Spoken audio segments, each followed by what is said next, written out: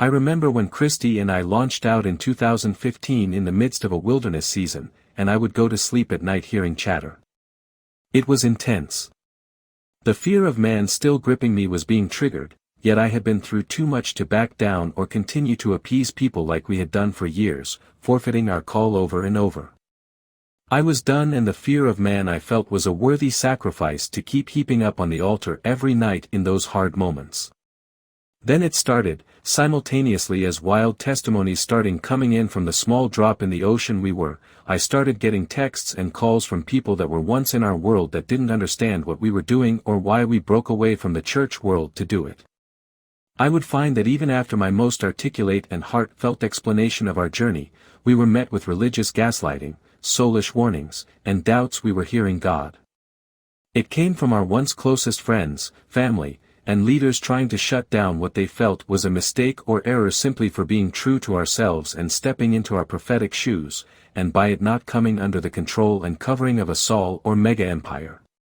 So we persevered for years alone until people starting see the fruit and also finding themselves facing the same thing themselves.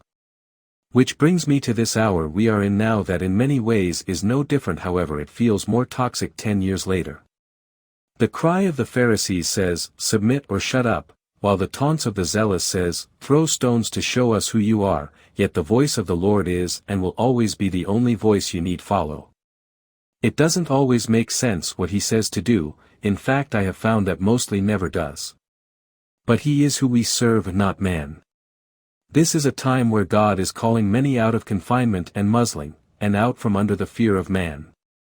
Righteous, wayfinding voices are emerging to lead us forward, but while they often appear as the voice for the people, they can only be a voice for the Lord, and that often means disappointing people in the process. They are not politicians. They are prophets and priests. You will be misunderstood significantly on this road, my friends.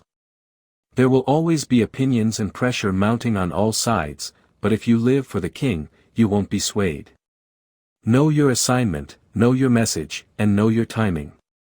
Wisdom is a gift that only comes from being in the fear of the Lord, and the fear of the Lord only comes by crucifying the flesh and the desire to cater to man. I say all this to say that I believe 2025 is another ground-breaking year to pioneer with the Lord, and that always comes with resistance and people who will judge your heart and chatter.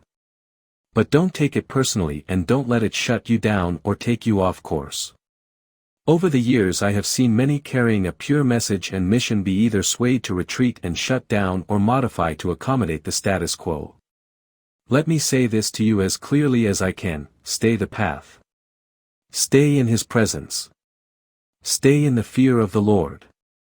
And birth whatever it is you know you must birth. The only secure anchor in these times is Jesus. Hold on to His hem and do and say only what He says.